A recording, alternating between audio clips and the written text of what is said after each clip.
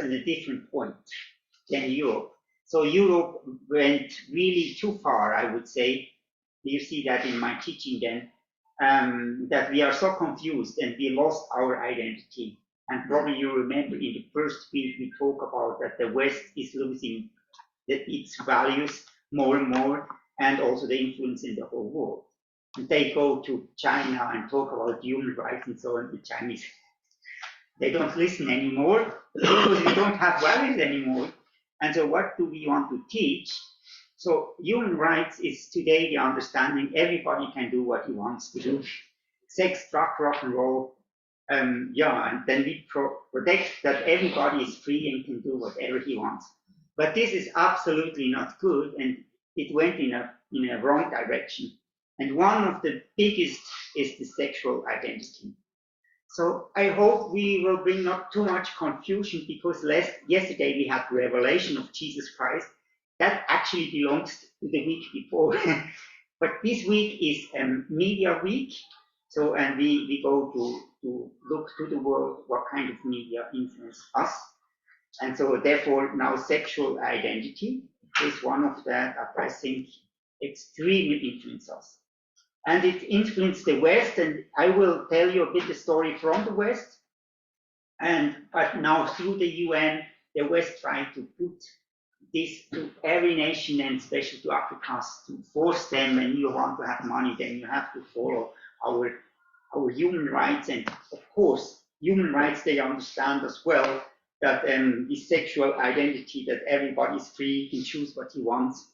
And this is in homosexuality, in gay marriages, in gender issues, and they see that as a human right, and they force you to do that. And so please, Africans, listen carefully how far we went in the West, and please help us to understand that we have to rethink and have to do a turn, and don't accept that, and don't embrace that. Stand up and go your own way. Be bold, and say and stand to the value that you have, and don't get influenced just because of the money. Don't do that. Don't do that. But also the challenge also is China coming, and don't do that with China as well, because they will win dictatorship. And so stand up for the Christian values. And my hope is really strongly in Africa, therefore I invest a lot in Africa. And because we have a lot of people from Africa, I make this introduction. Good. Sexual identity. First of all, this is my question to you. Can everybody believe what they want to believe? So ask your neighbor now. What do you think? Ask your neighbor. Can everybody believe what they want to believe? Please, I give you a little time. Please ask your neighbor, what do you think? Probably somebody can go and ask. Oh, maybe we go to. Yeah. Yes.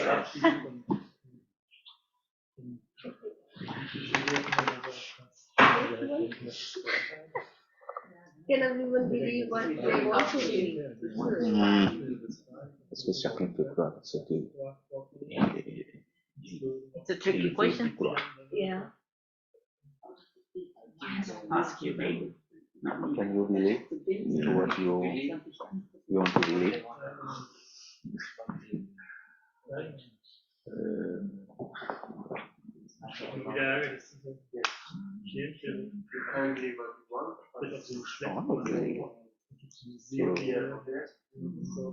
I mean, for me, it's not a very yes or no question, but if I have to give answer like that, then I would say no. I think it's yes. Because believing also will put into action, and they cannot do what everyone wants, then we have a chaos.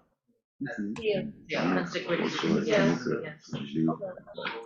My neighbor says they believe in some blah blah, they cannot, because that will also affect us. Yeah, okay. Let's hear from every location, but here from Switzerland, who is the spokesman or spokeswoman? Who wants to say something? What do you think? What do you discuss? Ezra, loud enough. Okay, we discussed that, we endorsed that everyone cannot believe what they want to believe. Everyone want to have such kind of belief that is compatible with the culture that they live in. That is all really matters. Okay. Thank you. Somebody from Ibadan? Yes. Hello, sir. Hello? Hello? Hello? Yes, we understand you. Okay, thank you, sir. The question, can everyone believe what they want to believe? Yes, everyone can believe what they want to believe because it is their right. It is their right to believe whatever they want to believe in. You cannot force anyone to believe what you believe in. So everyone believes what they want to believe. Thank you. Thank you. Ibad Abucha.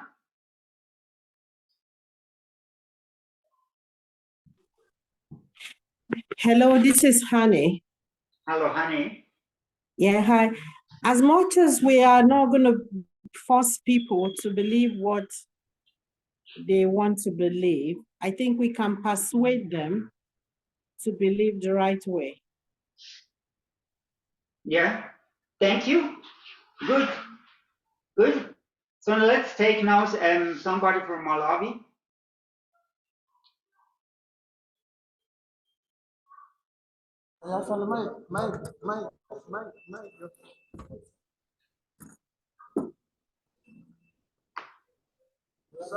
Sorry, we are just coming on. We had the network problem. So Can you make noise? They have some network problem. Okay. We have to complain by Elon Musk because in Malawi we installed now the Starlink and it didn't work. So we have to write a letter to him that the internet is not working. So, sorry, we cannot understand you. But actually, what you say, I mean, it's a bit a tricky question, no?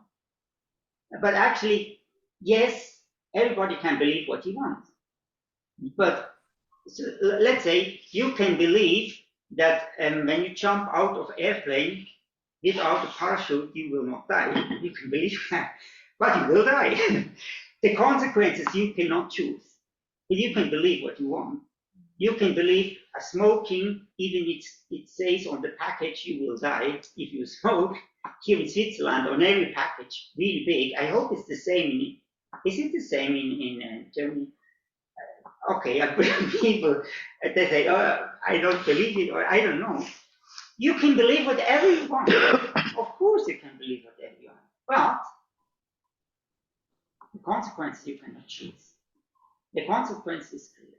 You can believe that the world is flat, and you believe that, but the world, I guess, the world is not flat. Even you believe it or not.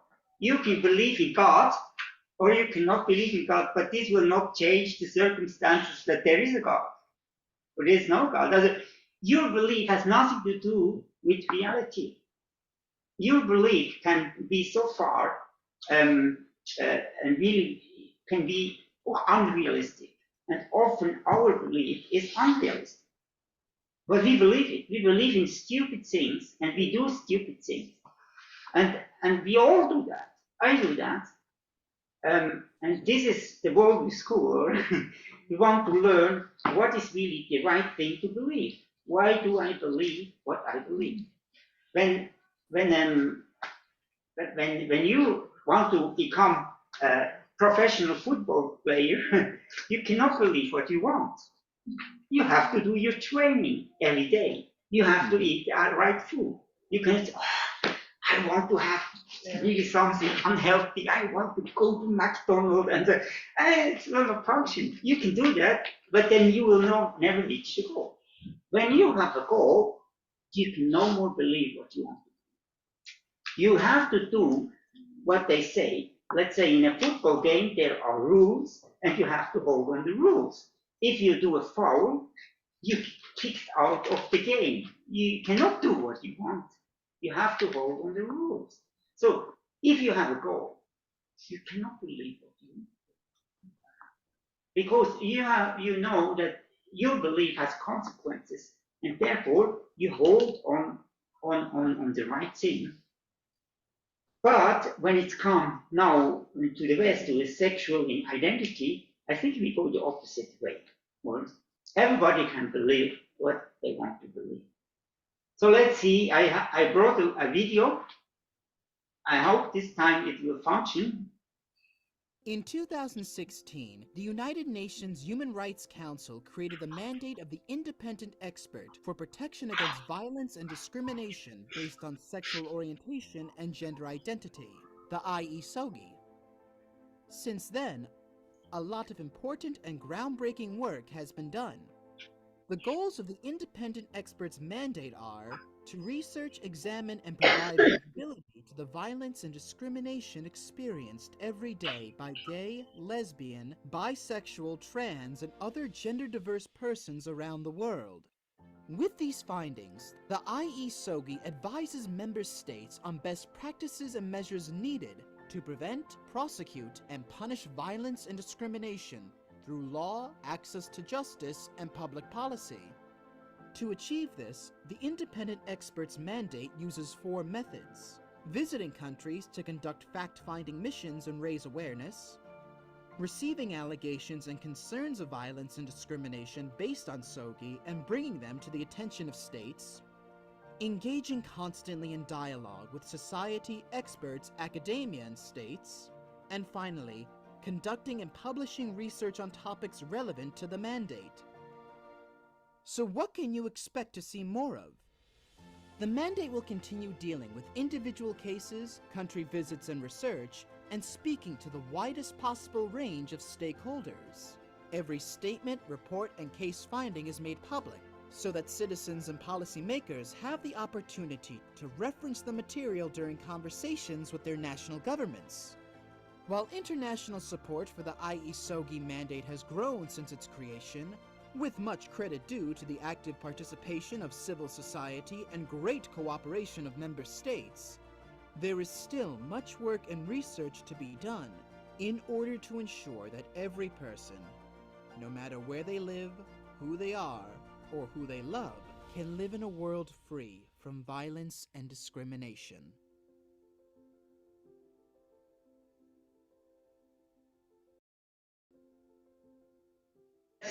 That's coming from the UN and UNICEF and others behind it. That is another special, not organization, but a special project, IESOG. Don't worry about these names, but I mean the UN, they want under the umbrella of the human rights that everybody is free of conscience and free of what they want to believe and free of religions. They can do whatever they want. They see that as a human right, and so they want to protect that. And you saw their agenda. I think that 90% of the UN don't believe that, but this is a really force behind it. And you can think, no, I mean, nothing will come in. I mean, that's just ideology. But I will show you then, according to the law, and especially in Switzerland, what's happened and where we are going to. So, here, just to clarify, LGBTQ plus is today the name. As L is for lesbian, and G is for gay, and mostly used for homosexuals between men, but also actually both sex, but often it's only used for men. B is bisexual, that means both, to be both. And T is transgender, that's people who actually feel to live in a wrong gender, want to change the gender, the sex. And then queer, nothing of all, everything or nothing, and then plus. This plus means then there is a variety of changes, so you can choose from, I don't know how many, they have 72 today or something like this. And probably you know these symbols. Can you see these symbols? So yeah, my male and female, we all know, male and female, and then hetero, asexual. So for every guy, lesbian, for every partnership, there is another symbol. But I mean, it's not so important. But so this is what they do, or they work with symbols. But symbols are much more efficient than words, and so they really have an agenda of that. So, but the problem is the worldview question. When we just go, how do you feel, and what is your opinion? When everybody will give his opinion, then of course we will have chaos. Everybody's doing what he wants to do. And this is not functioning. So we know that when we go to sport, or we know we have to hold on the rules, but we know that when we go to university, even in a job, in business, everywhere is clear. We have to hold the rule. Not everything is allowed. But for life, we think we can do whatever we want. And this has no consequences. So the problem is a worldview problem. And we already talked about worldview. I mean, coming to the deepest insight in this culture onion now, coming to the point to really see what is the determining you, what is inside of you. Good. And we have also to know that the mind just justify what the heart already decided. We had that. So I mean, but what we say and what we stand for, I mean, that's actually what is on our heart. And the problem is not what we say and our logic and our arguments. The question is, what is our heart? What do we believe? And why do we believe what we believe? What is done to what we love? Well, you remember, just to remember you, I put this, do you remember this culture onion? Probably somebody can help me. What is the layer, this layer here? Action. Yeah, action. Also here we see the action, no? And then here? So, value. Behavior. Or behavior. Also we see the action, but the behavior actually makes the action. So we have war because people behave like this. We are rich because people do it like this. So countries are not just rich, countries not just have war, and it's always based on behavior. And what is the next one? Value. So values, or so actually there are values that we believe in. Let's say we have the right to conquer the Ukraine. The Russians believe that, so that's their value, and therefore they do it. So the value determines the behavior determines action. What's coming next? Belief. Yeah, we have this thinking or belief. Thinking And belief. Belief, or we can do actually 2 circles. But let's say our thinking or our belief then determine our values and this, and then it determine our behavior, and this determine our action. So what is in the middle? The heart. The heart, or we say heart was what was it? The philo. Philo, or phileo. Or philo, I don't know exactly how to pronounce it. But this is determined, or this is actually determine our thinking, our values, behavior, action. So when we really want to find out or bring a change, we have to find out what is here. And then we have to start to change what is wrong here. And that we really can then see a different action in here. Yeah, this is just what we had in the first week, our worldview. So the filial, probably you remember, just to go back, what is it? Where does it come from? Philosophy. Philosophia? Philosophy? Also the this comes what we experience in life, what came out in our brain through the media, through the teaching, and so we start to believe things mostly unconsciously. A lot of them we know, but most of them we don't know that we know it. It's just in us. And we start, when this comes again and again, we start to love it. Therefore, it's called filio, it's love, or filio. We love it. It's this love, like let's say, when Champions League is playing, then he is for Germany because he's German. Or let's say, when the World Cup is, then you are. I think the Germans are for the German team, the Swiss is for the Swiss team. Why? Because we are Swiss, and you are for the Indian team. And what game do they play? What? No. And cricket, or what is it? Yeah. Yeah, cricket. I don't know that this is really a game. I thought it's like chess or something. Anyway, so you love this game, or you think that's much better than football. But this is because of your culture, because you're Indian, you love it. This is the video. We love things because we have this strong culture. We are born in it. We love our family. We love our tribe in Africa. Or the tribes fight against one another. Yeah, you're born in the tribe and you love the tribe. But this is not really good. So this video can bring a lot of tension because you support one side and not look for everyone. So this video is in our heart, but most of them, let's say, or a lot of them is not good. It's not according to God's will. And so what we do in the worldview school, we now test that, or we test this video, and all of you have to be ready to test what you love. Is this really from God? And when you're not ready to test that, then there will be no change. The hope for the world is to recognize that we are sinners and we need to change.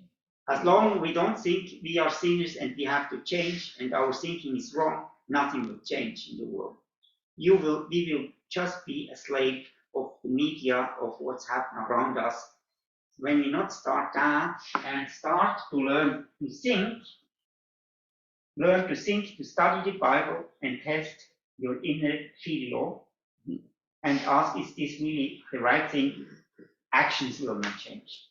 And so in this issue of gender or of sexual identity, we have to find out this here. That's just a review on the first week.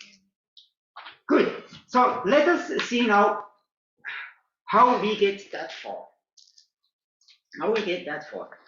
In all times, in every culture, everywhere, in every religion, is a family, man and the wife married, they have children. It was accepted everywhere.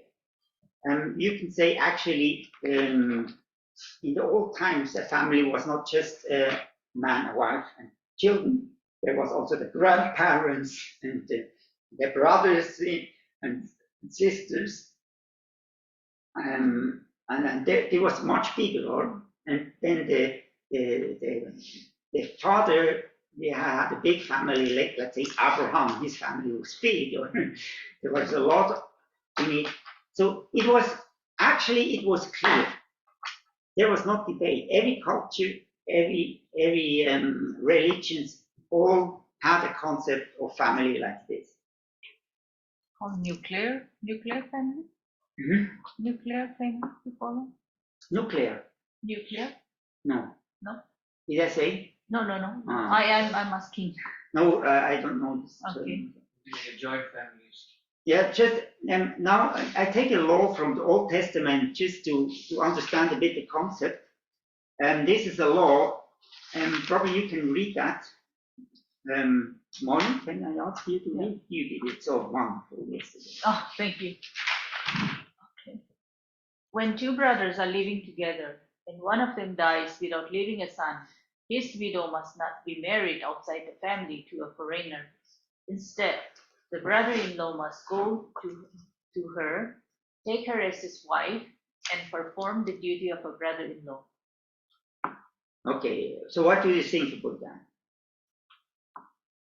Was this, why was it? Was this polygamy? Did Moses allowed, also God allowed polygamy through that? Or why is this law? Probably you can quickly talk together, think, why was this law? So ask your neighbor. Ask quickly your neighbor, why is this law?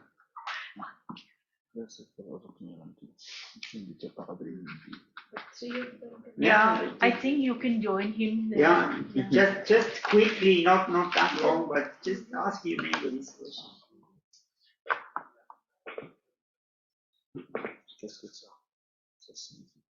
I think, Yes.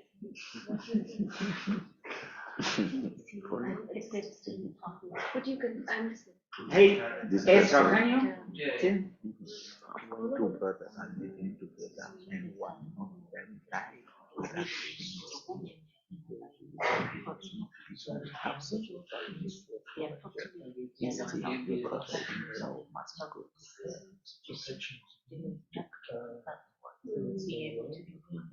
they're like just no one kind of thing. That's why just to protect that. I think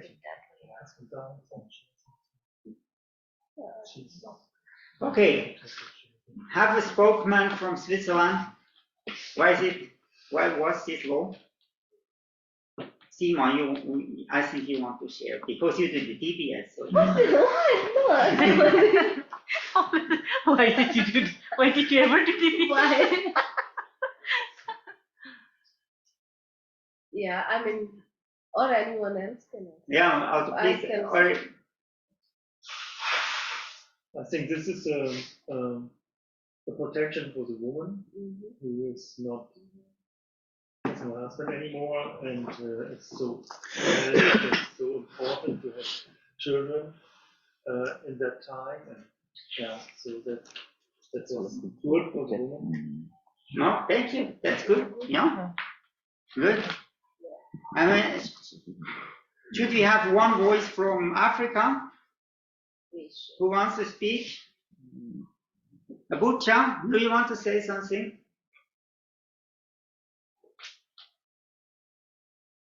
In my culture is that. Yeah.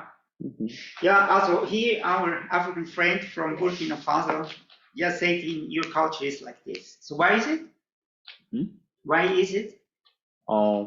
If a brother die, his brother can go with can spouse with her wife, his wife, and make it because they want the wife to keep in the family. To stay So the brother is already married, and they have two women. Yeah, 2, 3, 4. 2, 3, 4. So there's no problem. No, now no. Okay, But sometimes some people continue to do that in the village. Brothers died. No. No. Yeah, but it's very good. So the goal is to protect the wisdom. Yeah. Widow. Yeah.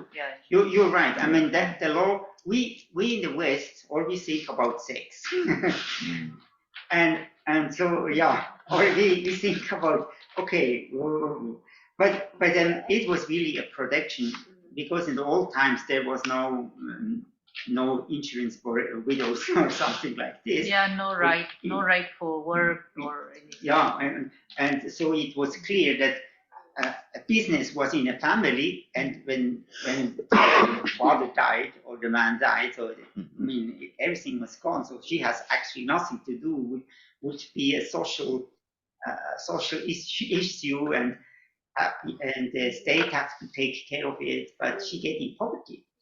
So therefore, the idea of family is much bigger than sex, but or the pleasure of what I think today. So it was also a financial security, and God built families as a fundament for our culture. There is security. It's for security. It's not for making money for I don't know, but it's for security. And therefore he allowed things like this, when we do that, would do that here in Switzerland today, I think it's no more appropriate because we have insurances, we think differently, but we have to see more than just the law or so. We have to see the big picture. So no, I mean everybody already said what was kind of part, the security to protect the right for women. But this comes from the book of Deuteronomy, and I think it is also that God wanted to keep the tribe really in, because they were not also allowed to marry to the different tribes like Hittites or Naphtali. Yeah, in that way also not, because when wife come, the other God also come. So yeah. I mean, it has of course, it has a social impact, or it was for the community as whole, not just think on the individual, what we do today, or so today we think everybody has the right to have a good life, and therefore all go in this direction. Right?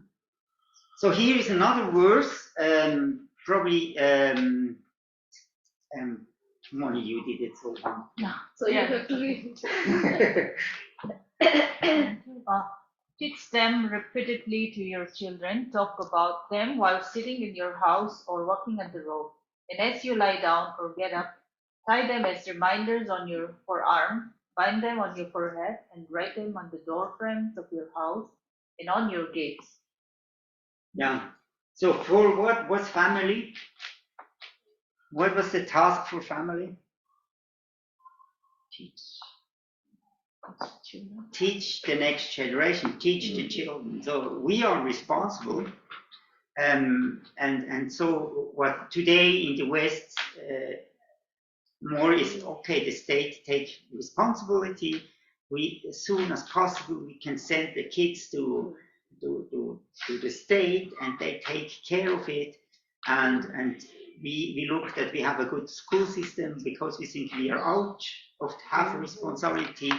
And then Christians think, okay, I heard that, or my son, he went to Sunday school, he was in youth group, he had a lot of good teaching, he heard that, he should know Christianity. But actually, what's about the parents? Do the parents have a responsibility for that? Or do we just delegate it? So family had the task. See, when family is just there for pleasure, and I want to have my pleasure, and I look for the great husband who looks so great and is so strong, and wow. I mean, that's not the idea of families. The families are there to build the kingdom of God. The family have a task to do. The family are there for, I think it's the fundament for a healthy society.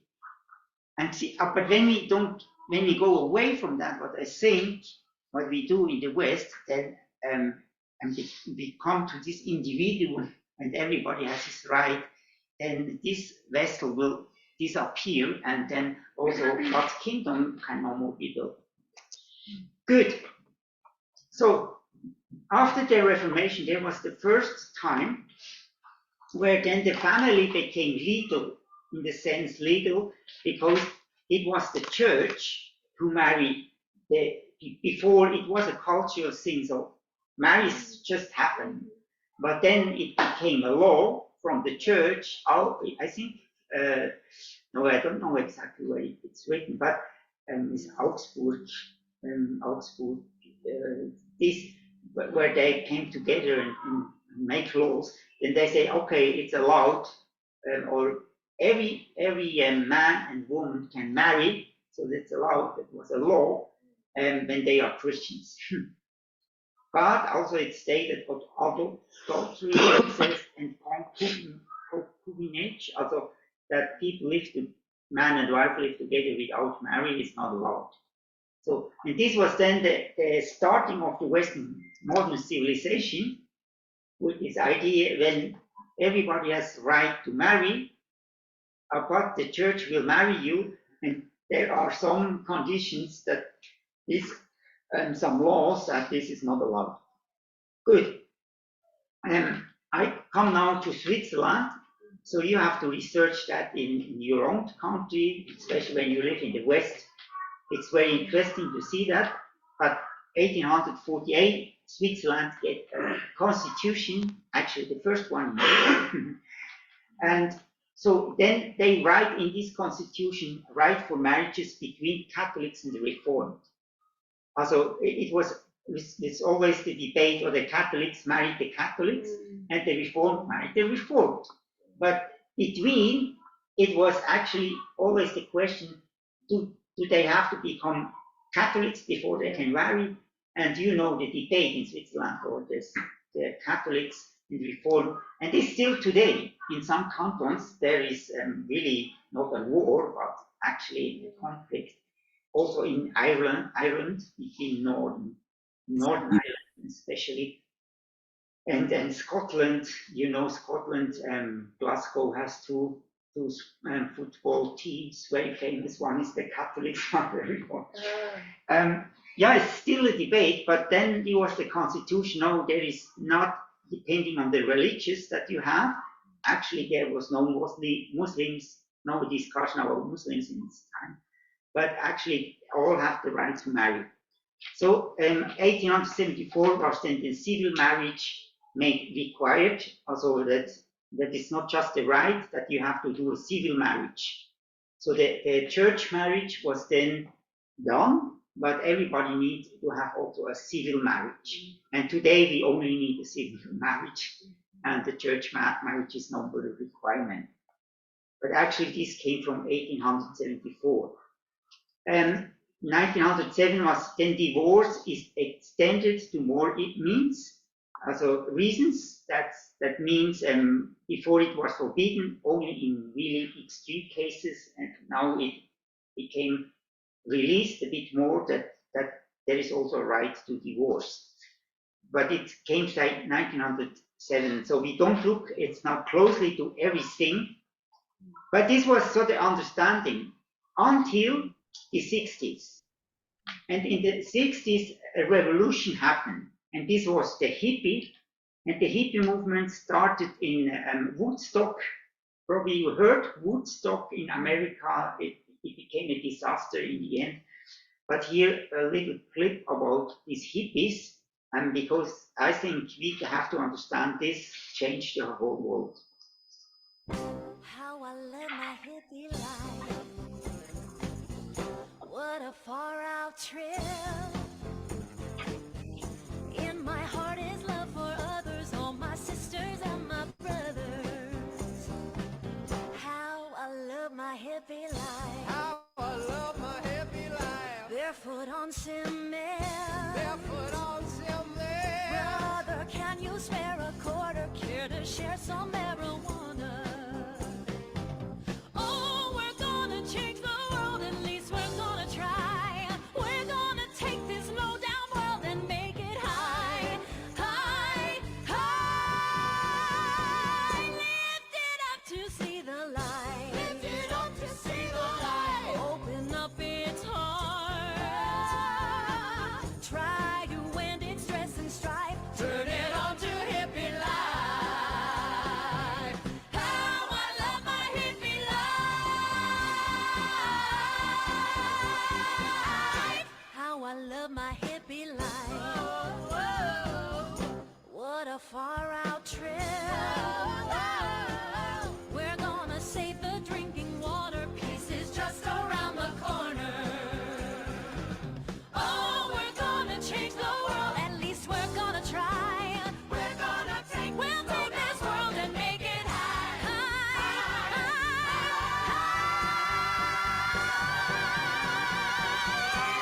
Lift it up to see the light. Open up its heart. Try to end its stress and strife. Turn it on to hippie life. Turn it on to hippie life. How I love my hippie life. How I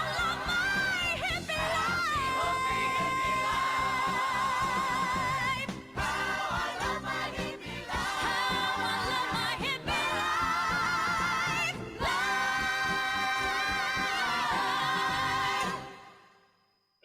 Yeah, so the message was, get on the bus. And it means, hey, enjoy your hippie life. There are no more rules. You can do whatever you want. My father, actually he was a teenager in this time, but because we lived in the mountains, we were far away from the movement. We started in America, but actually it was this generation. They want to be free, and they thought that drugs will give you the freedom, and they start to smoke marijuana. Hey man, everything is easy. I mean, I worked under these people. I know them very well. Easy man, take it easy. Don't worry about it. And all of that, and they are no more in the real world, they are blind somewhere, but they really believe this as a religion that will bring freedom and to stop all the education, and they were against the university and especially against the Vietnam War. Then it was the Vietnam War, and the Vietnam War ended in a disaster, as you know. But of course, they had some good analysis that something is not right. But I think the solution they had were really wrong. Or they had no more God or no more guidance. They just want to be free, emancipation, and this will bring freedom. So sex, drug, and rock and roll. And this is not, of course, just changed our society in a dramatic way. So you can see here AIDS. Also, AIDS came in after 1980, and it grew dramatically. And there's a big debate: is this a sickness or what it is? But obviously, it's clear. You can go to the internet, you can read that it came from homosexuality, and it came. I mean, the internet says, Wikipedia says, or that it comes from Canada, a steward from Canada who had sex with the animal in Africa, brought it then to Canada and had sex with many people because he was steward over the whole world. I don't know if this is true, but obviously it has something to do with that. And I already say, if we would say no sex before marriage, then we solve the problem of AIDS. I believe that. But because the people don't have the value, or then the value is free sex for everybody, so they would never, they don't want to come to this conclusion, or but their thinking is wrong, or their thinking is we are free, we can do whatever we want, there is no God, there is no rules, we can jump with a parachute out of the airplane and nothing will happen. But they believe that. They want to believe that, and therefore they don't have the values. And we end now in this age that we AIDS, HIV, we can see the consequences of it. So then here we see another statistic, marriage, divorce. I mean, there was not a lot of divorce, but it increased. It's increased, and you see in the 50s it increased, and it became a bit better, but then it increased again, and now it's going back. But the problem is also that marriage is going back. The people do not marry anymore, and so on and so on. But you see that was the consequences. And then sex, this was under the wild rebels, under the hippies, but then it reached also establishment. And I think, probably you don't like this now, I don't know which movie you like, but I think mainly through one film, it came to establishment. Here is it. I need a clean bill of health. You have to clear me for duty.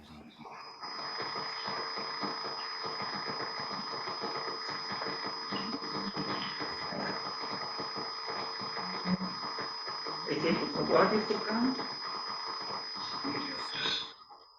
Skirt the issue, shall we?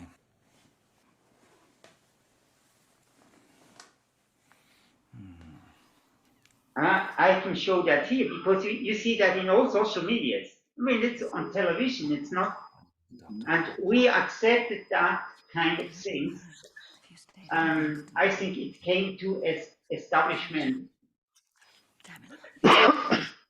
And so it became not just for the hippies, it was then also like, okay, man in suits, and it was for the establishment that you don't have marriage only in that you don't have sex only in marriage. That, yeah, for everybody it's okay to have a jump to other woman. As well with smoking, or smoking is not a part. You could see that the establishment, all in these movies, the 80s, 90s, so they smoke all, and so it's freedom, and so, and it became into establishment. And of course, it has an impact in our society. So we watched James Bond, we liked it, or it was interesting, but actually it has a lot. I don't say that this was the main purpose, or I don't say that, but it was just they brought it in and we accepted more and more and more. And today it's in the movies. So in my time, in my church, when you would show a movie like this, they all would stand up and get crazy. Today, nobody says something anymore. Yeah, but I think through this, or this is even harder, and this is, you know, the government of Switzerland on our homepage, they promote that to the HIV initiative against AIDS, so everybody needs a condom when he is doing sex. So on our official homepage in the government, there was this here, and then you see 1, 2, 3. I mean, the second is man, man, the third is then woman with woman. And so they promote, I love my life, I like it to the fullness. Yeah. And so then when you want to see that, first you have to accept a statement. I did that. It's called I love my, that's the Love Life Manifesto that you have to sign before you could go to the next page.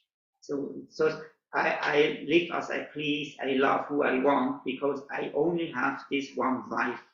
Whether I enjoy it or not, it's up to me. I fulfill my wishes and take responsibility, also take the condom when I have sex, for my decisions. I love my body, therefore I protect him. When this is the worldview of our generation, then we wrote letters, many letters Christians wrote to the government, and so the government, and they said, okay, they took it from the homepage and started the new homepage. I mean, actually, then it was just another link, but they said it's no more the government who is doing it. But when the government is promoting, then I ask myself, how far we are really? And this is really absurd. And by the way, it costs 2-3 millions just to do this, and we with our taxes pay such stupid things. This is how far we get as government. And when you react, I'm in politics. I was the president of the party here in our area, and I mean, we stand up, but then they will not listen to you. The Christians have nothing to say anymore. They really have. We are so far in our dualism.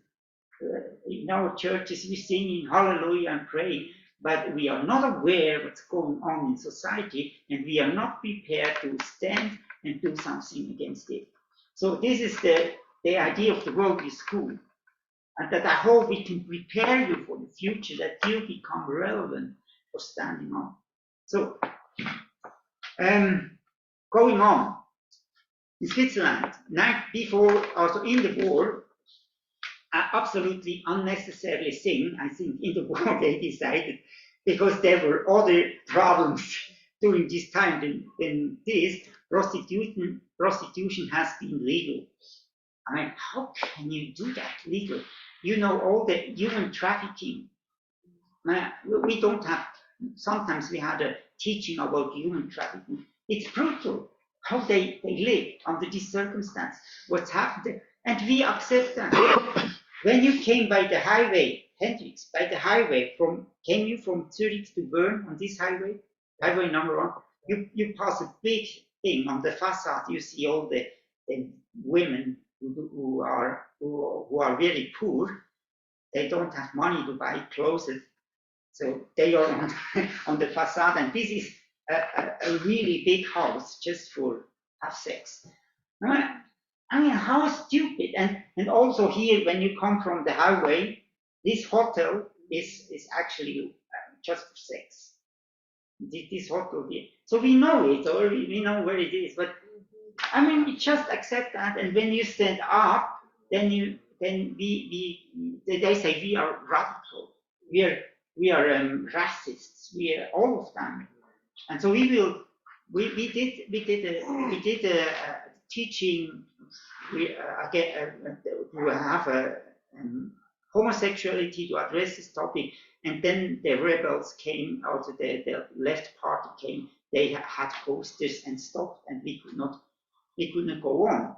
So this year I didn't hear that it's happened the last 10 years that something happened, that mostly the Christians were very politically correct and don't want to put too much oil on the fire. But this year we are together, and I'm also part of it. We have a big conference in Thun about sexual identity. And I don't know what's happened, but I see that the young generation is bold enough to stand up. What we not could do, we were political too correct and want to please. I mean, the young generation, they stand up. They are bold enough. Say, we do a conference with them. And they invited a really conservative speaker. Not all of this space here would really support everything what she said. But I think she's very good, and she is bringing it to the point. So we need again stand up. I think it's really this prostitution. How can we accept that? So women can vote. I mean, it's actually, we say it's not bad, but my concern, I think it's okay, but behind it, the problem is, before it, a family was, we had this federalism, or like coming from Moses. So Jethro advised Moses, so you have to make a structure, otherwise you burn out. So the structure is there are 5 or 10, I see 10, and they solve the issue there. And when they are not can solve the issue, they bring it to 50, and they bring it to 100, and so on. So I think, and later on, God told it Moses too. It was not just Jethro. When we look in Deuteronomy, and also God said it. Yeah, I think it's God's idea, or that the work happen where the responsibility is, and not that the responsibility is somewhere there, and the work has to be done by people, and they don't know exactly what's going on by these people. So the idea is that family is the first circle. So in a family, husband and wife debate together, and then the wife say to the husband, now you go and vote. But you heard, the man is the head of the family, and the wife is the neck. And he is determined where the man is looking to. But family was, the idea of a family is the unity that you discuss, and then you go. And so you go and vote, and then they do it in the community, and then they send it to the parliament, and they. So this was the idea, or bring it on several levels.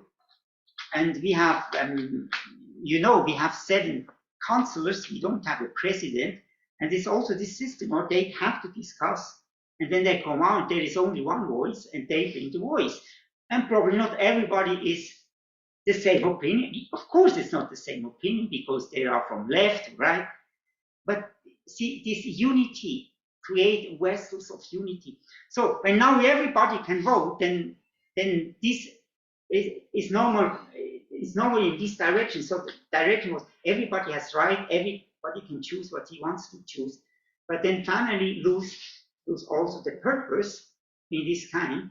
They don't have to find a solution anymore. Do you get the point? So I'm not against that voting. I think women can vote. Okay, it's not vote. But what is behind? I think it's a wrong understanding. It's a wrong thing. It's actually against family. Probably you disagree with me. You can, but I think we have to be aware, and we can see what's happened more. So in 72, concubinage is allowed, or because they saw that a lot of people live together without marriage, so therefore it's allowed. And today it's even better when you live, when you do not marry. Because when you marry, then you pay more taxes than when you don't marry. So actually to marry is, why should we marry? What is the purpose to marry? Because marriage was a security, also a financial security, but it loses more and more the purpose of family. So then equality of legal and illegal children, so the next one, then they say, okay, now in a marriage, probably you have children from, so you are not married, or then actually it's not legal children, because, or you have children with the other woman, they would want you are together with other. So there is no more difference between legal or illegal. It means it's no more important if you are a family or not a family. So do you see the thing behind it? But the problem is also, I mean, we had a lot of children who are illegal children in the sense because they are not from a marriage, from both. So what do we do? Or, I mean, as a politician, we can say we have to find a way, and how can we help all these children? But I just want to give you the worldview behind it. So as politicians, you often cannot go the radical way. You have to find a solution that fits to society. But I hope you understand the worldview behind it. Do you understand? Can you differentiate that? So I'm not saying this is absolutely wrong, but I just see the worldview that changed in society brought then the change in all the laws. And families become less important and less important. So artificial fertilization is allowed. So before it's clear we need a man and a wife, and sometimes it didn't work, or then it's clear artificial fertilizer is actually good in the sense, but actually then when you open that, so you don't need a wife and a man anymore. So you can have this from a lab, you can take your sperm from a sperm bank, and so on and so on. So this open a new door where you say, okay, it don't need actually a family or a man and a wife anymore. So we can do that, we can start to do that artificial. Man and woman have equal rights. Okay, I'm absolutely happy with equal rights, and this is also the view of the Bible, that but it's also going that direction. We don't, families, it's no more important to be in a family than not. Family has no purpose anymore. Do you see the point? So it's all going this, and then pimping and recruiting are no longer punishable. Also, Zuhälterei oder Zuhälterei. So I mean, how can you allow that? How can a nation allow such a stupid thing? That there are human trafficking, all these stupid things that we see, the damaging, that we see all, and the nation allow that we actually can have a man who look for them and promote them, and I mean, it's horrible. Then 2000, everybody can divorce after 4 years. And now it's after 2 years, so they put it down, so you can marry, but you can divorce. Exactly, in 2014 was then in 2 years. Then abortion is allowed before the 12th week, and that's another thing. Then actually, yeah, okay, you have sex for pleasure, and then there is a baby and you don't want it, then you just abort it. And I mean, in New York, you can abort until divorce. And I mean, it's horrible. More and more things like this came into our laws. Around 30 babies in a day in Switzerland get aborted. 30 babies are the 12,000 children in Switzerland. In America, we talk about millions. I mean, what do we do? Is this a human right? When you say everybody have the right to live, is it? No, is it no more? So we the human rights have lost more and more values because we lose the values who create the human rights. So here another statistic, the the rate, what's happening in the moment in the world, that we don't have children anymore. So you see the West, it's when you want to survive, then you need 2.2 children per woman. That's the, otherwise you cannot survive in a society, because some children will die. You actually need 2, because half of the population are men, don't receive a baby, so you need 2. Does it make sense? And because of the day rate, and not all have children, not all marry, so actually they need, in the end, all 3 children or something like this. But you see what's happened here, that it's going back and back and back. And Africa is also coming back to 2.2. You were in 2090, you are still can survive, but the rest are all under, and especially Europe. And in some countries, they are under 1. They're dramatically going down. So this is the thing.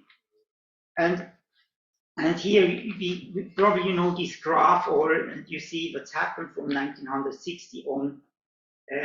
That the older people, you know, the graph, this, you saw that before, this graph, and you see also when you see the ages on this side, and you see that we have more and more older people and less young people, and so that is dramatic, because who is working then when the older people all live longer? And they have the retirement, they have insurance, retirement insurance, the pension. So who's paying for that? And there are less and less young people. So the West and China and so on, we are facing really a traumatic problem, because all our social system are no more working. This is Nigeria. You see, it's really different. And so, but this is hope for the future, I can tell you. But this year is no more hope for the future, because we are slowly dying out. And then my last file before the break, we see that our population is going back in 2050. I mean, it's the peak, according to the prophets, or when you look to the future. 2050 is the peak, and then it's going back, and our world is slowly dying out.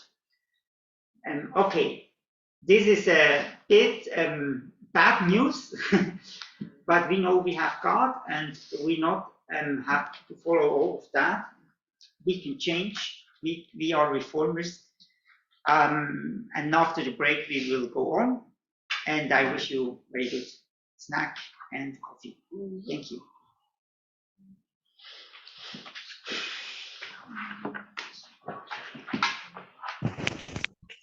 How many minutes break? How many minutes break? 30 minutes break. Okay.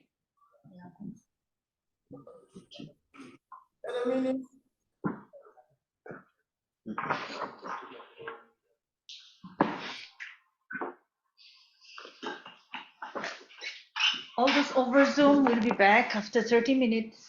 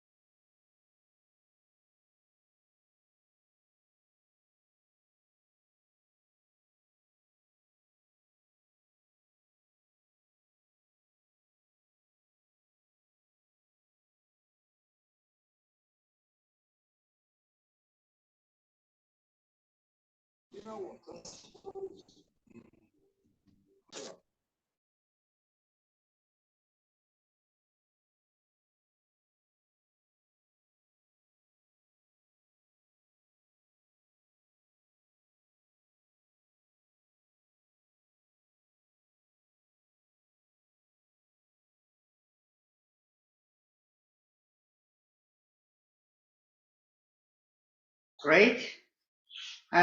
Yeah, we are in discussion about sexual identity, and I think family is the core of it. But I think the problem is the worldview behind, and you probably see until now what's happened. I mean, where the failure of society was made, or it was made through the media, it was made through them, and so in the end, here inside, the society believes we want to have human rights, we want to be free, we want to have free sex. It's not that we blame the government or blame the law, but actually that's what society wants. So coming back here, it's the problem is here that that this video is now here in, and the question is how can we get out of that? So my back is, where is my back actually?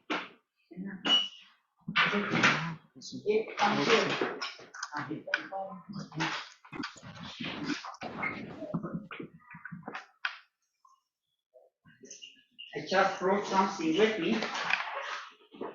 Explain it. This measure stick. I was a carpenter, did my apprenticeship as a carpenter, and then they say when you don't bring this with you in the morning, you can go home and get it. Because without that, you're absolutely useless on a construction field. Because how can you know when you think a carpenter, you have to cut a wood, put it there. So how can you know how big it is? So like this. Okay, now it will never fit. So what you need a measure stick who can measure the length, can go then to the wood, cut it in the right way. So you need an absolute measurement for really make a difference. And this is, I think it's the problem here. So we have now this video, but we don't have a measure stick anymore to test our video. The only measure stick that we have, it's no more object measure stick, it's just a subject. So everybody can believe what he wants, and then you feel good for that, and you do this, and you feel different, and you do different. But I think the problem is the missing of this measure stick. And this is actually what, for us Christians, what is it? The Bible, exactly God's word, who give us the ideas, and it say without the laws are given to you that we understand how far we are from God. The laws are not given that you have to hold it, but you understand we are so far away from God, and we have to come back. So actually, it is given. Without this absolute message stick, we cannot change that. So this will go on and go on. That it's more the failure gets filled, get impacted from society, from what's going around, and people feel like this, and everybody say, I feel like this, I think like this. This is my opinion, and it will go down and down and down. And we adopt more and more and more law for freedom for everything. You will see, I will go on in this law story. But can you see that? I mean, this is the main problem. The measure stick is missing. And the belief that we need a measure stick is missing. The belief that we say, okay, we need one, and I have to test my feel, what's in my heart, I have to test it according to the Bible, according to this measure stick. Good. The purpose of family get lost. I mean, what is the purpose of family? I mean, people feel have a partner and children. I mean, that's a wish from us, and it's good. Is it good? Yes, it's good. But it's not the only reason. Or I think another reason is build up a security home. This was a reason for a family, for this vassal. It's not just the pleasure of people, the pleasure of me to have a great wife like I have, but it's also Yes, you do. yeah, but it's also build security for my family, for my wife, and for my grandparents, for my parents. Teach values to the next generation, multiplication, that humanity can go on, that we have a future. And as last, I put here, children take care of the parents. But I think now the state took this away, or we took this away. We don't have children anymore. Teach values. Okay, we delegate it to the school, build up security homes. We have so much divorces. We have patchwork families. Everything can fit together. The security is gone, and so what is rest is just the fulfillment that you really want to have, your pleasure. And this cannot hold the family together. And the Muslims, they look to the West and say, how stupid is the West? Look to us, our families stay together. You blame us about human rights and taking care of women, and we do bad and so. But look to you. You're not able to hold the family together. So what do you want to teach us? We have to understand the West cannot teach anymore human rights and cannot teach others because we don't have values anymore.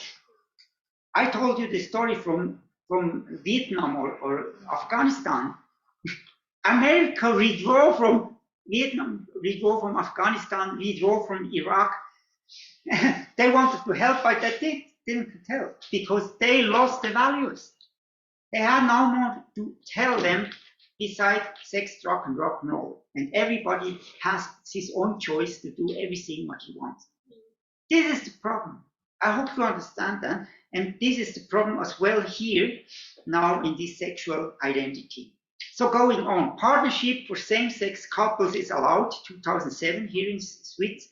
A partnership, and this is almost equal to marriage. Next, passive euthanasia is allowed. So Switzerland became the mecca of euthanasia because a lot of other countries were not allowed in this time. So they came to Switzerland to kill themselves. If they have money, I want to do that. So is this really ethical? So how far we go? Is it allowed that a doctor put the pills for you that you can take it? Because passive means not to give him it, but to give him the opportunity that he can take it by himself. But actually, where is the difference? So, but anyway, compulsory kindergarten. Also that means before kindergarten was you could do it or not, but now it's obligation. Kindergarten. Every Swiss have to send the children with 4 to the kindergarten, to the state. Is this good or not? But of course, families are no more the same. They both go to work, the father and the mother, and you're happy when the children are out and you're free, you can do whatever you want. I mean, that's our society today. But family has no more reason. They lost the reason. Is it the reason just to get a lot of money, or what is the reason?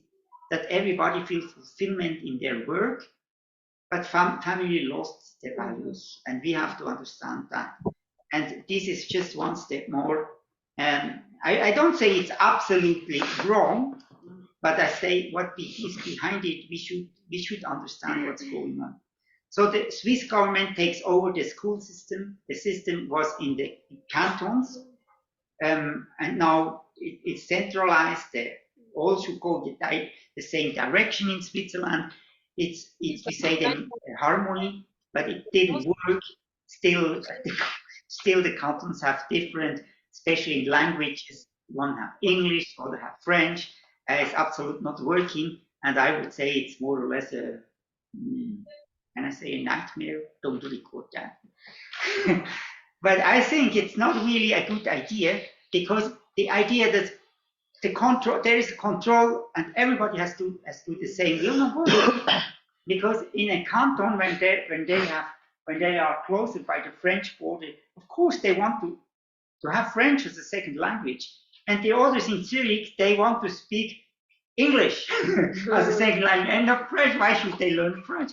So now the state decide what you should learn, and I think that's wrong. We are too far, because when everybody's doing what he wants to do, we have a chaos, and then the state will come and make it and give the laws, and then we come more and more in the, you have to do that. You are no more free to do that, because we destroyed these families as a whole, but also the communities. And more we see that in whole Europe, in the West, that it's got more centralized. So in the EU, centralized, in the States, centralized, and we see more and more of dictatorship are coming, that free press and the free religious and consciences that disappear more and more. It's no more allowed that people can say what they want to say, or the state start to dictate. We have to be aware of that. And we should not go with our posters, no. I mean, that's, okay, we can go, but this is not the main problem. The main problem is that we lost this year. We don't believe that anymore. And so we are no more able to live in these communities together.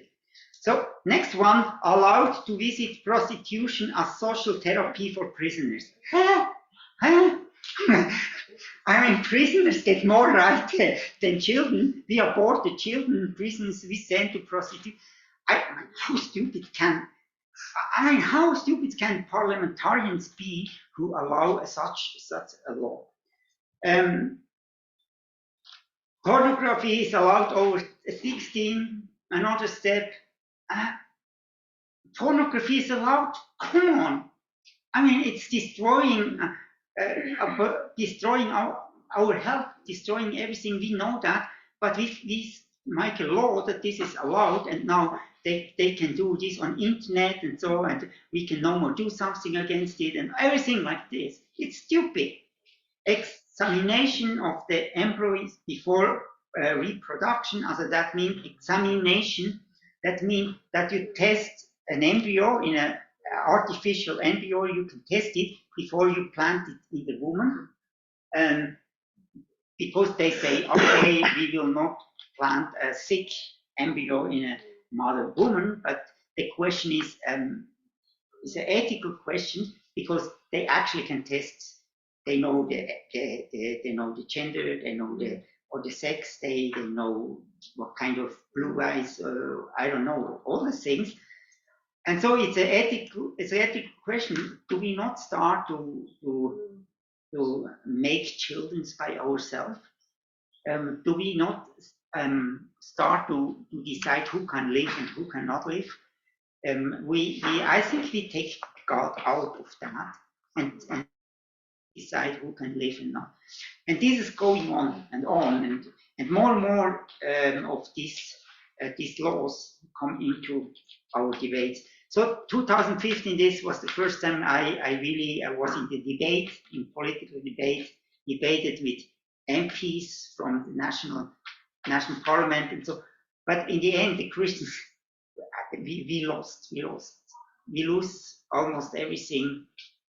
Because we as Christians, we don't have anything to say anymore. And just bring arguments will not help. Because the real problem is this one here. And when we are not bold enough as Christians to really come to the roots of the problem and are able to address that in a great way, that people understand it, we cannot really bring change. It will go on. It will go on. We have nothing to say. We have to face that. We need to bring this measurement again in. Good. As a stepchildren, abortion allowed for homosexual couples. Now they can adoption children who are not. I mean, they cannot have children. that's clear. But see, then abolition of calling of period of marriage. Also, when you want to marry, you have to announce it, and then could be when there was a case or so that there was a right that say they cannot marry or this is a problem, but now you can marry and nobody knows exactly that you did it. Also, there needs no more announcement. Marriage for all in 2022. Now everybody can marry, and we also debate about that. I mean, the sexual has already this partnership, but actually they had the same rights. Why do they have to call them marriage? What makes the difference? It's just ideology that they wanted to do. I'm 100% sure that this was not about that they marry, because when they marry, they have it's actually worse for them for the tax. So why should they marry as homosexual? They only want to destroy our understanding of marriage. That's my understanding. Probably you see it differently, but I think we have to really fight and see the problem. It's not that we can speak like I speak in public or in politics. We always have to address it in a different way, but here we're talking about worldview. So I hope to understand that another thing is really stand there or stand here. So sperm donation for lesbian couples. Okay, probably you heard that lesbians cannot have a child, or please tell me how they do it. I don't know. He will leave this out. But then right to trans identity, and this is, I think it's the worst. Or now everybody has to change, have the right to change every year his gender. Every year, once you have the right. That's stupid, or that's really stupid. Organ donation to be done when you are not say no.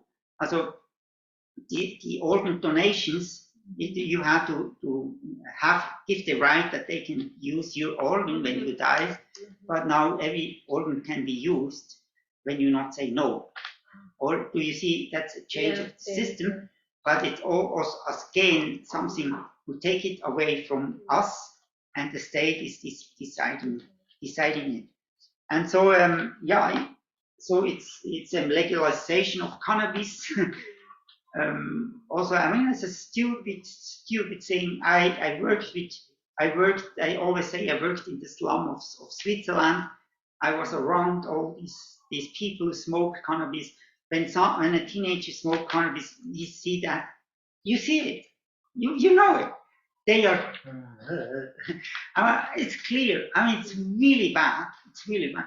So, but because so many people take cannabis in Switzerland, they say, "Yeah, we have to legalize it because we can anyway not do something against it." I mean, actually, I see the problem. Should we have a law that we not can put, or should we not say we abolish the law, also we forbid cannabis? But these are all the consequences. So laws under discussion, initiative for individual taxation. Also now so when you marry, then you count the income of both, you count together. So the income is higher, and therefore you pay percentage to pay more because the income is higher. So when you have both individual, or then the income is less by both, so in the end you pay less taxes. This is proportional tax system, or so you pay more taxes where proportional when you have a higher income. So actually this they want to abolish, and in one way it's good us as a family, or it's good that but in the other way it's also against families, so families has no purpose anymore. Surrogacy is allowed, that you can, this is forbidden in Switzerland, it's allowed in India, but that you know that we can say, okay, can you carry the baby for me? When you carried it, after that it belongs to me legally. Egg donation is allowed. Third gender or complete denial of title. This is in the discussion. Polygamy discussed in the Western world, so that we want to bring in polygamy again, legislation of pedophilia, mainly discussion in Germany. If they want to legalize this, see this as a sickness and people need that. And I mean, how can you do that? How far we went? How stupid is, who is standing up and saying, people, that's so stupid what we are doing. But I think we are so politically correct and nice and want to please everybody, and we all in the sitting in the same ship, and the ship is going down. Sometimes I feel like this, and when you stand up, then you are discriminating, you are a racist, you are radical, and then they stand up against it, and the whole media is shouting to you until you give up. I mean, I have experienced that. I know what I'm telling you, but I think we need to find a way. How can we stand up in love? And we not should stand up just with a poster and be against everything. We should bring Jesus Christ again in our lives. That is the solution. The solution is bringing the fear of God back to our society. That means mainly in charge would be the churches and not politics. So the churches need to stand up to rethink and say, we now, political correctness, we stop with that. Now we start to evangelize. We want to win people.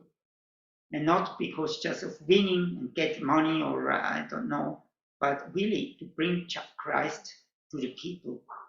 When this is society not will change, then the laws will go to the direction they go. We cannot hinder that. We cannot stop that. We can probably slow down it a bit, but the main problem is that we no more have the fear of God in our society. So let's say when there is no God, we are just a culture or natural product, and when we don't have this measurement, then we're just doing what the nature or what the media or so determine us. They tell to us all the things coming in our heart. This is our filial, and our filial determine then our action. So if you want to change it, we need to start to think, take the measurement, start to think and to test our filial, if this is really right or not, that we can change. And I think, especially in the West, but also in Africa, probably from another angle. So in Africa, you not have this pressure in the moment, but I mean, you have to rethink on another way to really come out of the church and build society. But I think we at the West have to change in the church first. That we start again. We know why we believe what we believe, and we know why we not believe what we not believe. We have to learn to think and build up, and then have a strategy, really stand up and winning people. That's the only solution. But just to stand against the law, the AfD is one example. I mean, it's okay. I understand the AfD, but I don't know is this the right way. That's another question. Good. AfD is in Germany. So then in the end, Darwin is right, but he is scientifically, he's absolutely wrong. And he cannot be right, it's wrong, it's against science. But actually we have nothing else. In our thinking, Darwin was right. The nature is determining us, and the stronger survive, the weaker die out. And the Chinese are a good example for that. And the Russians are a good example for that. The things that determine the world are exactly what I'm talking about. But they are coming from other perspective. But they are so strong because the West is so weak. The West is not losing because they are strong. They are losing because they are weak. And the problem of their weakness is that they don't have this measurement anymore. They don't have the values, and therefore it's going down, down, down. This happened as well to the Roman Empire. The Roman Empire get not destroyed because the Germans with their hellebards, and I mean, they really not have weapons or have no civilization, but they won against the Romans because the Romans were too weak. They had no values anymore. They collapsed inside and not outside. So without God, we have no measurement outside of us. Feeling and our thinking, ourself is determining the world.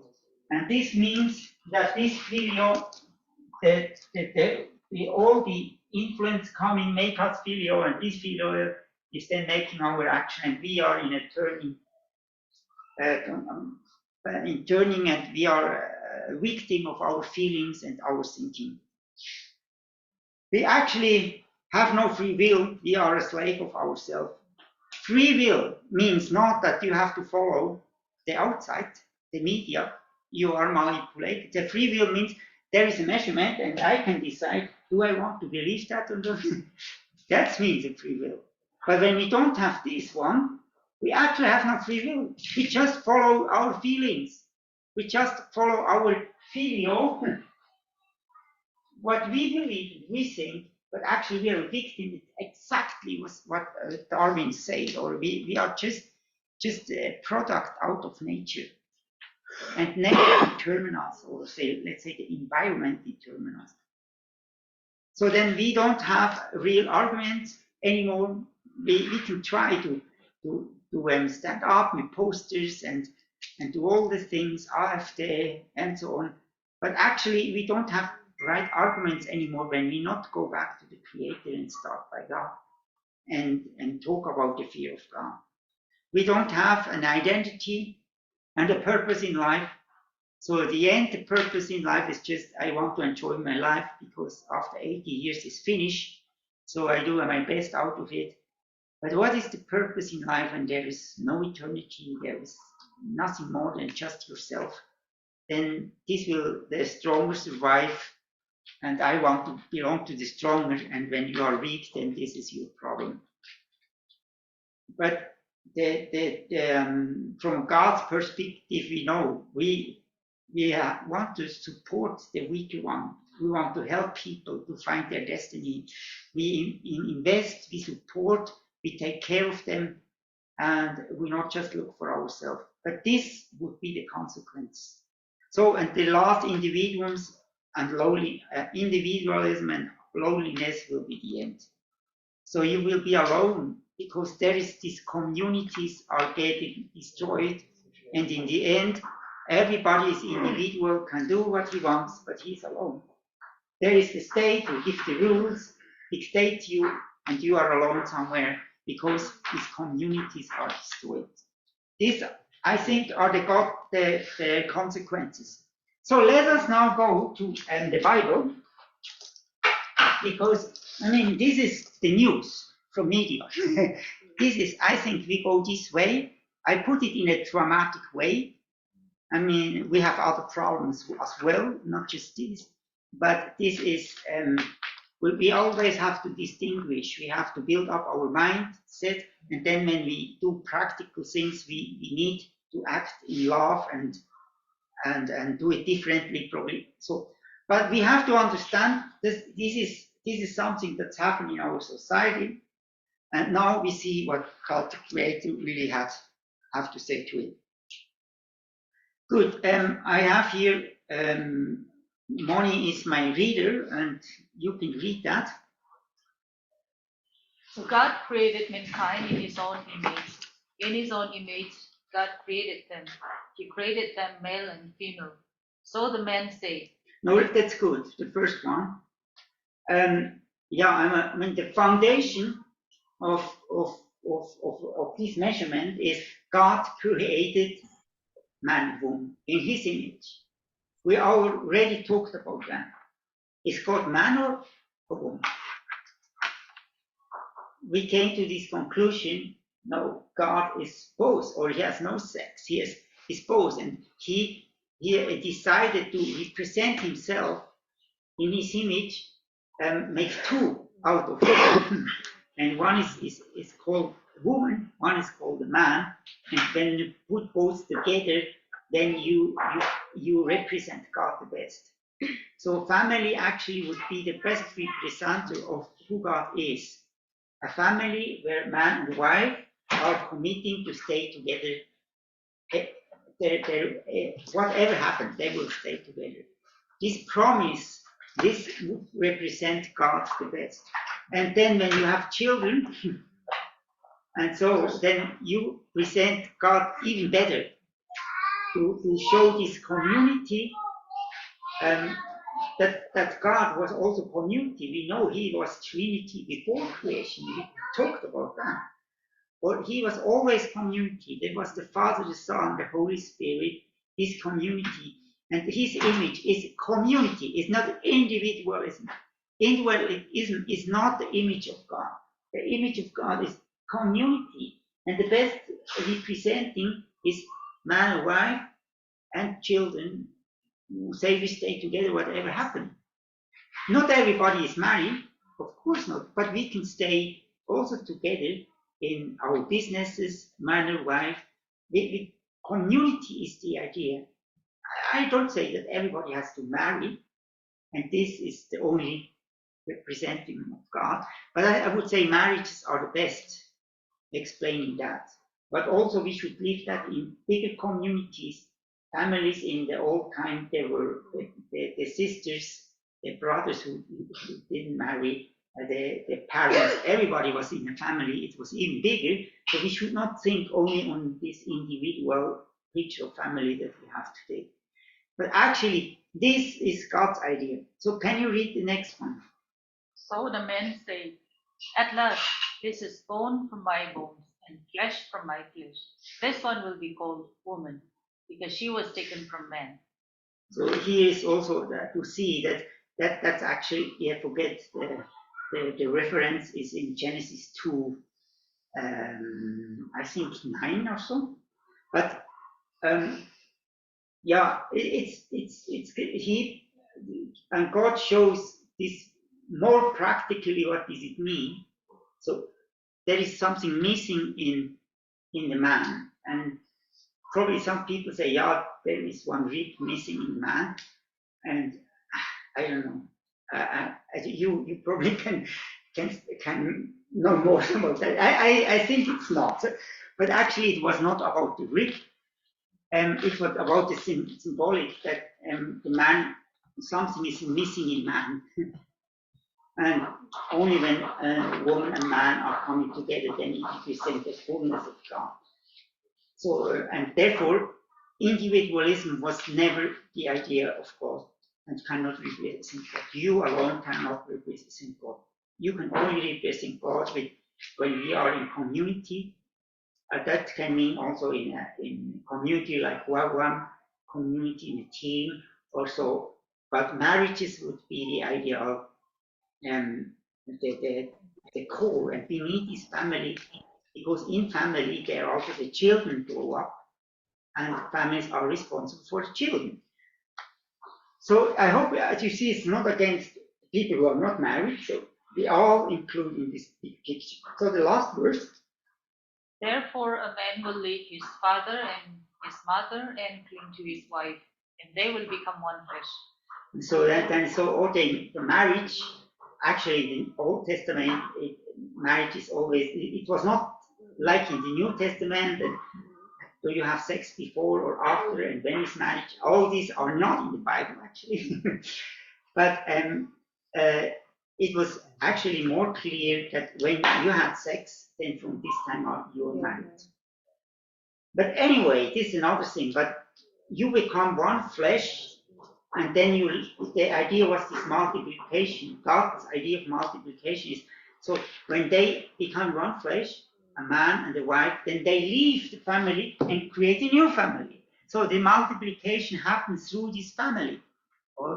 So, and when you're not married, then you stay in the bigger family, and you are not less or more. It's not about that, but it's multiplication. God's idea is, so find a wife and then have sex, become one. Marriage is another thing, and then create a new family, and you are one flesh. And you are again, this represents the representation of God. And so he created, or he had the idea of this multiplication. So far, I think we already went through that by Genesis, but this is the foundation.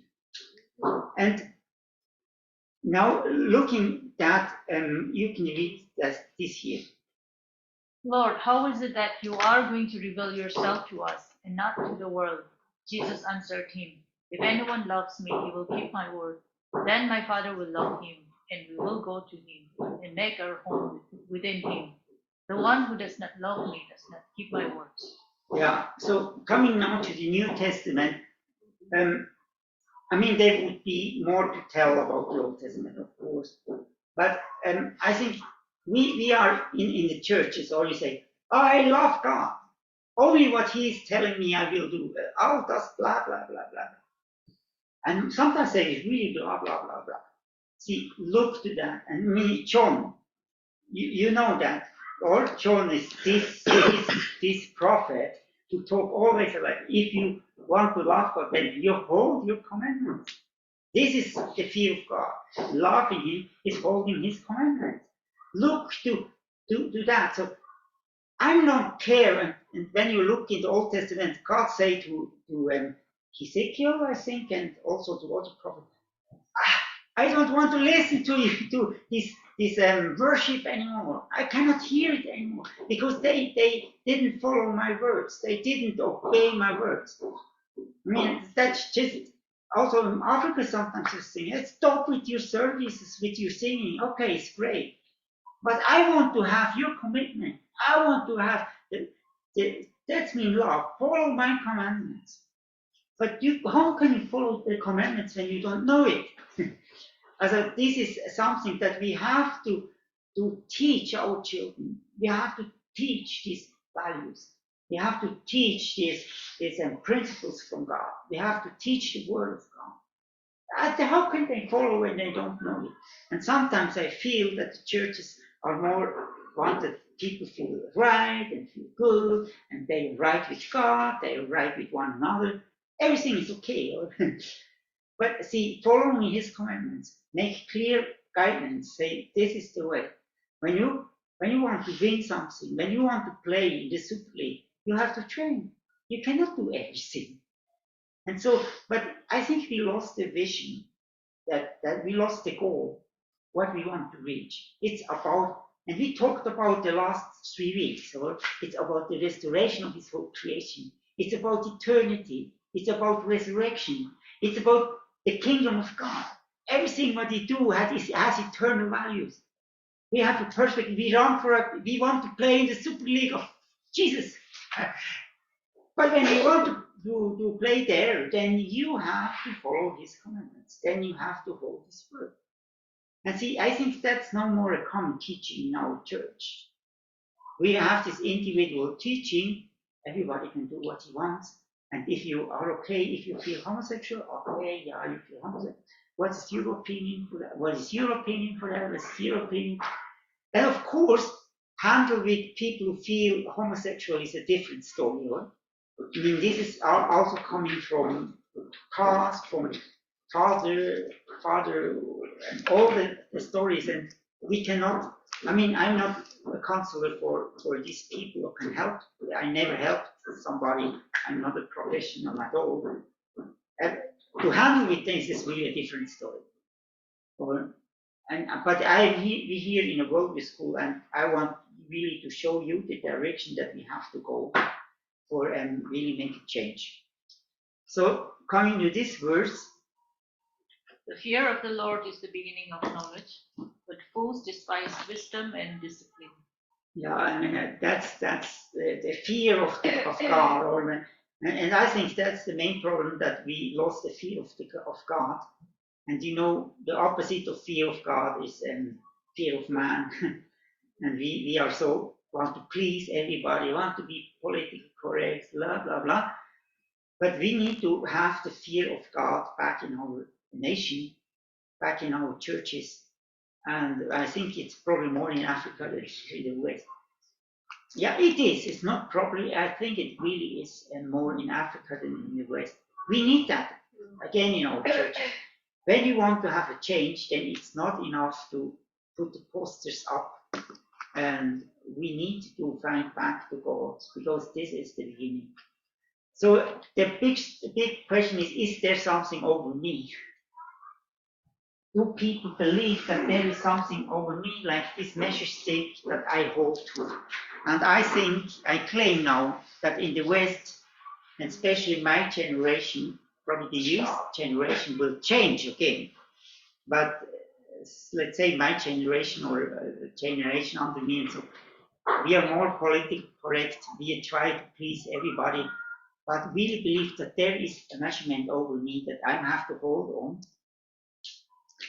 And when we look to society, of course, the fear of God is gone, and in the laws, all we try to make laws for homosexuals and for all the gender, all feel a bit different, and then we want to please them, we want to please them. There is no more fear of God, no more measurement who can measure that and say it's wrong. Because the only who can do that there would be the Christians, but the Christians are no more there who really have something to say and are able to bring this measurement against him. It happened in Reformation 500 years ago. This happened. Martin Luther and also John Calvin, they brought the measurement. They brought the Bible and they judged all the behavior that they had according to the Bible. And they brought a reformation and they reformed the whole society through the Bible. So, because it happened 500 years ago, why it cannot happen now? Tell me why. Is God not the same? Was the situation better before? No. No, but it can only happen when people stand up and do something. So we have a lot to do. So this is now a longer text, but can you read that? For what can be known about God is plain to them, because God himself has made it plain to them.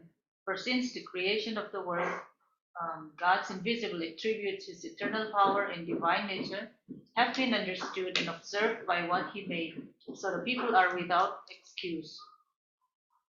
For although they knew God, they neither glorified him as God nor gave thanks to him. Instead, their thoughts turned to worthless things, and their senseless hearts were in darkness. Though the claiming to be wise, they became fools and exchanged the glory of the immortal God for images that look like mortal human beings, birds, four-footed animals, and reptiles. For this reason, God delivered them to sexual impurity as they followed the lust of their hearts and dishonored their bodies with one another. They exchanged God's truth for a lie and worshipped and served the creation rather than the Creator, who is blessed forever. For this reason, God delivered them to degrading passions as their females exchanged their natural sexual function for one that is unnatural. In the same way, their males also abandoned their natural sexual function toward females and burned with lust toward one another. Males committed indecent acts with males and received within themselves the appropriate penalty for their perversion. Furthermore, because they did not think it worthwhile to keep knowing God fully, God delivered them to degraded minds to perform acts that should not be done. Yeah, so we don't like that probably, but God is brutal. He's brutal. He shows us in a mirror, say, this is like it is, because you don't honor me. You get stupid. And then in the end, you do such stupid things. And this is the problem. The problem is the fear of God.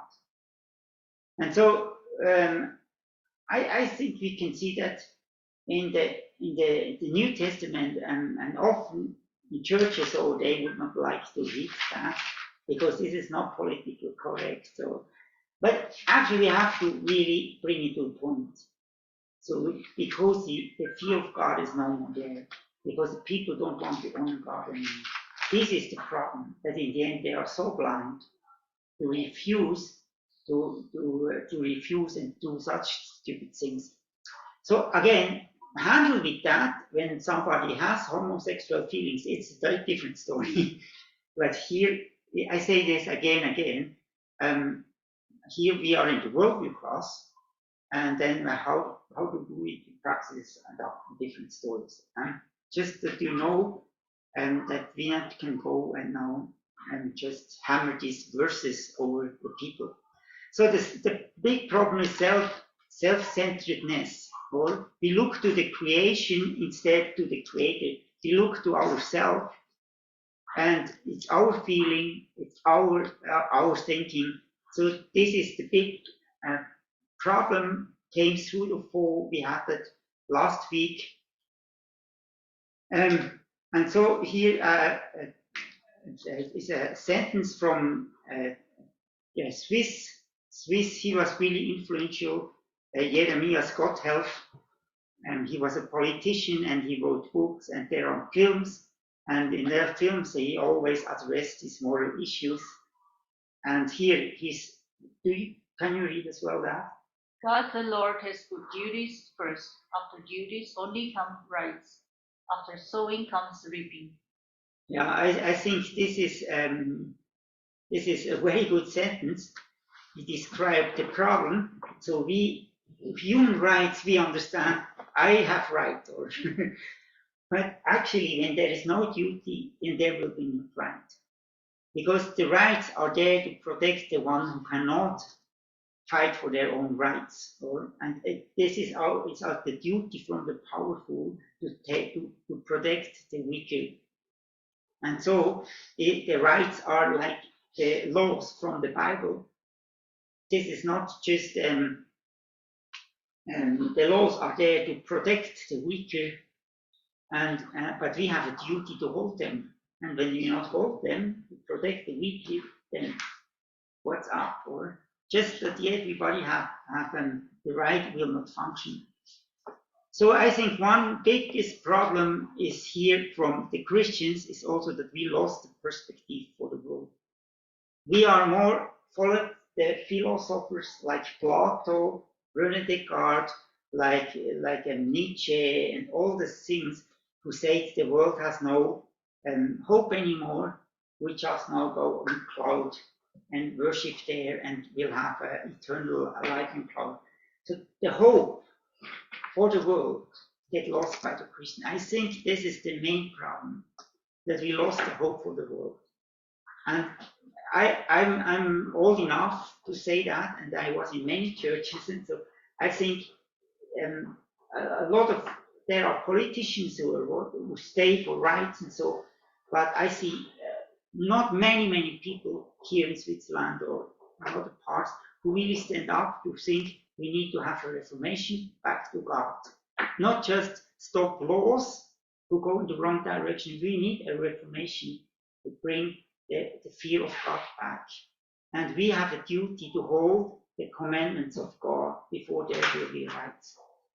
So this is, I think we lost the perspective, and one, probably you can read that. I took that from Anti-Right, from his homepage, what he said, what is the main problem.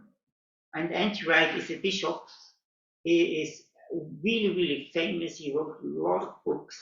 He's a bishop, a Presbyterian bishop in England. That's the main bishop in England.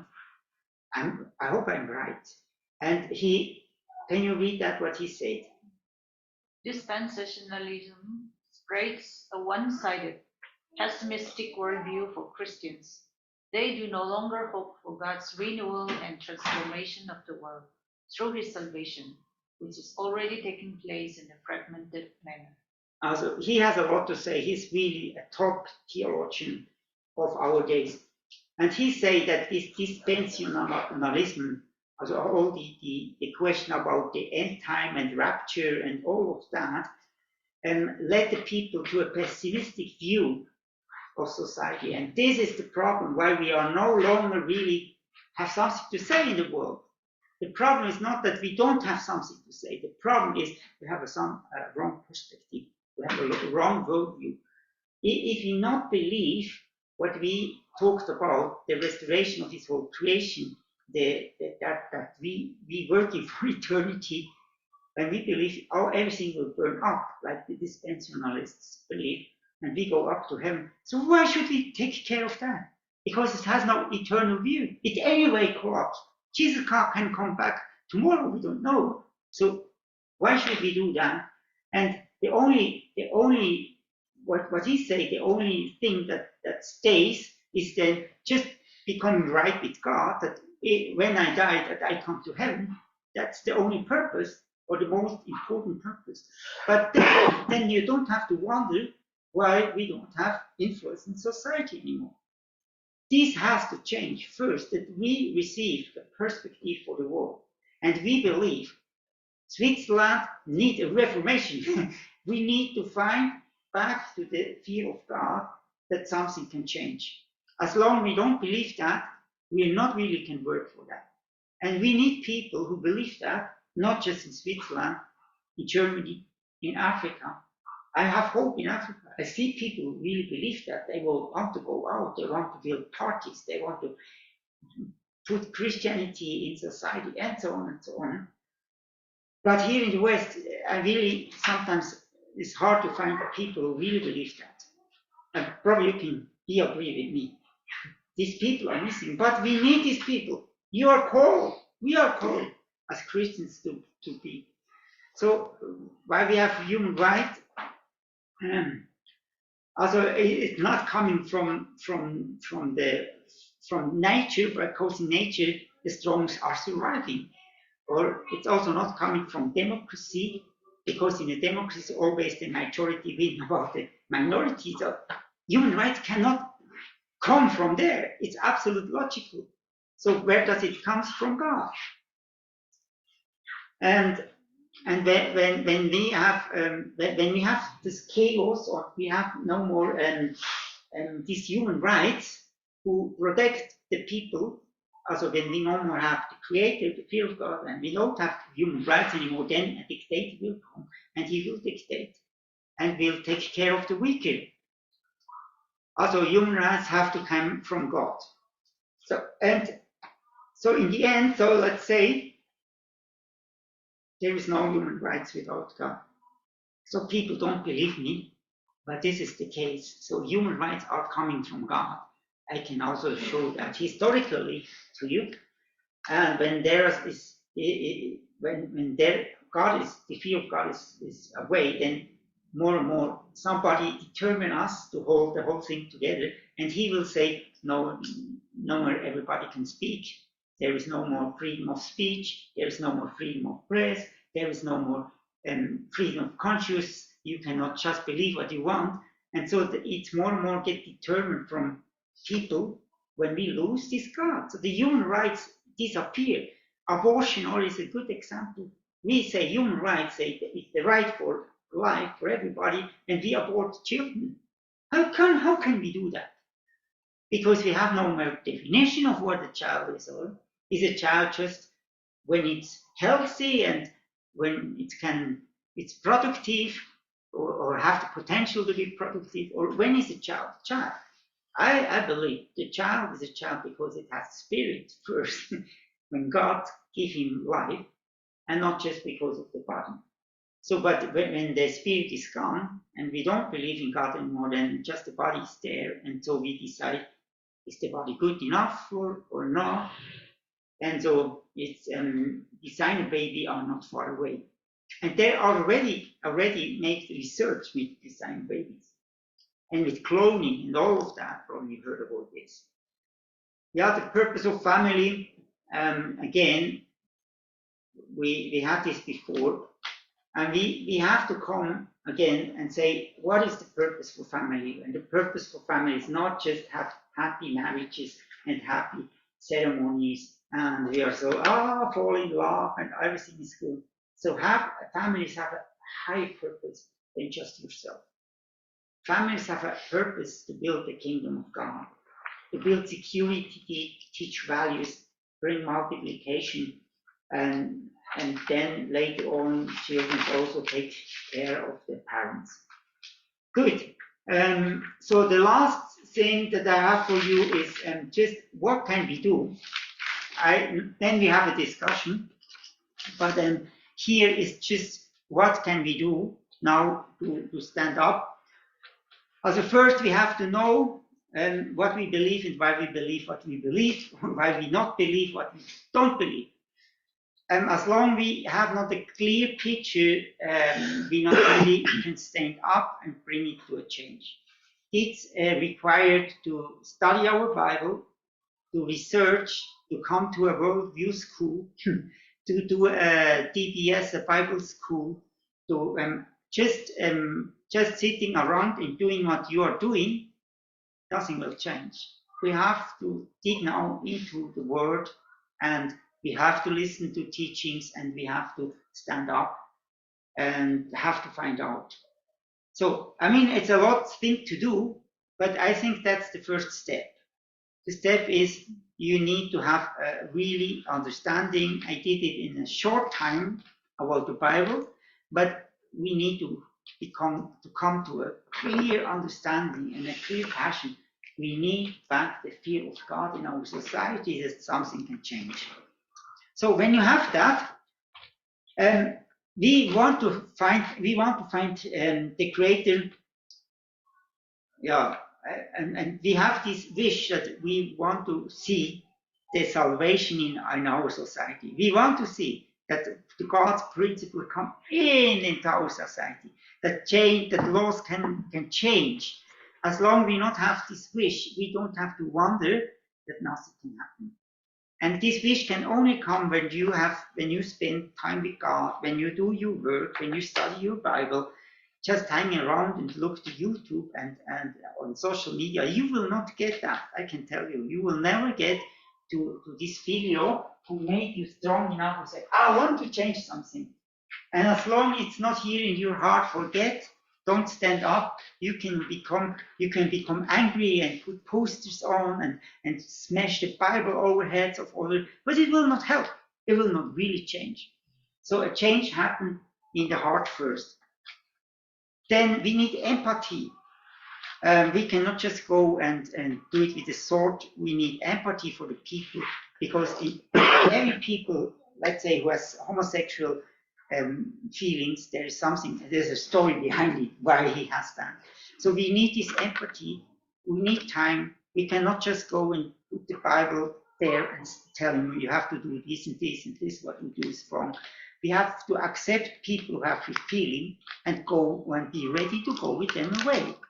But we have to be clear in our worldview and not just go because we want to please people.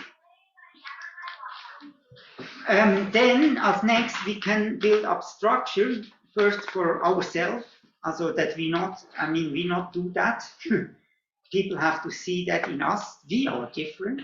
We have strong families. We have healthy families. We are healthy churches. Our community is different. And when we not build up structure and build a system that the people can see, we cannot really change. Just blah, blah, blah will not help. And when we have more position and probably we can change as well in the nation or in bigger communities. But of course, we have to build the structure first in ourselves. And the next one is look for the least evil. We cannot always be perfect. We will never be perfect. And sometimes I would say, okay, we accept. I mean, for us, it was very hard to accept marriage for all. We fight against that, but in the end, we lost the debate, we lost the votes, we lost the voting.